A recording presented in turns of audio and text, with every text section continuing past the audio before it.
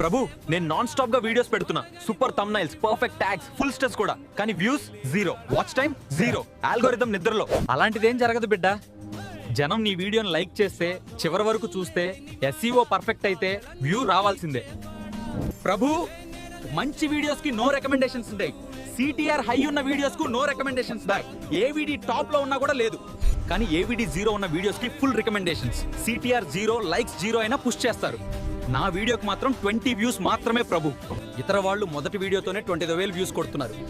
వాళ్ళ కంటెంట్ నాకంటే బెస్ట్ అనుకుంటే తప్పు ప్రభు. సేమ్ లేదా లెస్. ప్రభు నా కంటెంట్ మొత్తం వేస్ట్ అవుతుంది.